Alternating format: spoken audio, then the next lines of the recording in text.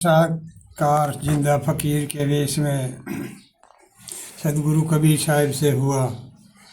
मथुरा नगरी में धर्मदास जी को सदगुरु कबीर साहिब का दर्शन धर्मदास जी को सत्य ज्ञान के लिए चेताने के लिए ही था। उस मिलन का घटनाक्रम बहुत आवश्यकजनक होने के साथ साथ बेहद शिक्षाप्रद भी है। धर्मदास जी व्यवहार कुशल होने के साथ अत्यंत ही पवित्र के साथ रहा करते थे। अतुलनीय धन दौलत का स्वामी होने के बावजूद भी उन्हें किसी भी नौकर का बनाया हुआ खाना स्वीकार न था, बल्कि अपने किए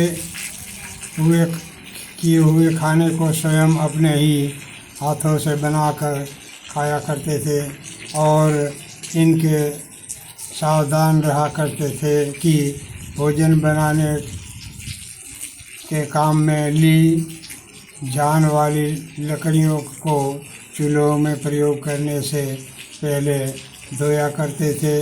एक बार जब वे मथुरा में अपना भोजन तैयार कर रहे थे, तब उन्होंने सदगुरु कबीर साहिब से जिंदा फकीर के वेश में दिखाई दिए।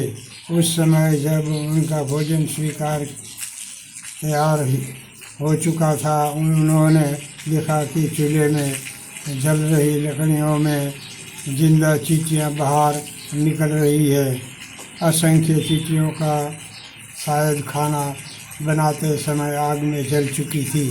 शेष को उन्होंने चूल्हे ही आग में लकड़ियाँ निकाल कर बचा लिया।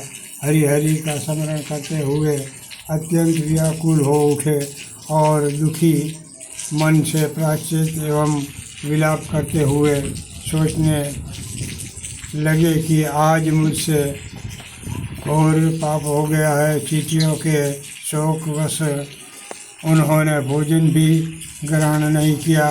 भोजन कर भी कैसे सकते थे, बल्कि नहीं, वह भोजन तो उनके लिए पूरी तरह से दूषित हो चुका था। अतः उन्होंने वह भोजन के किसी साधु अथवा दीनहीन को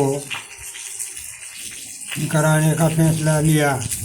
ऐसा विचार वे अपने स्थान से बाहर आते उन्होंने देखा कि शीतल वृक्ष की छाँव में जिंदा फकीर सदगुरु कबीर साहब बैठे।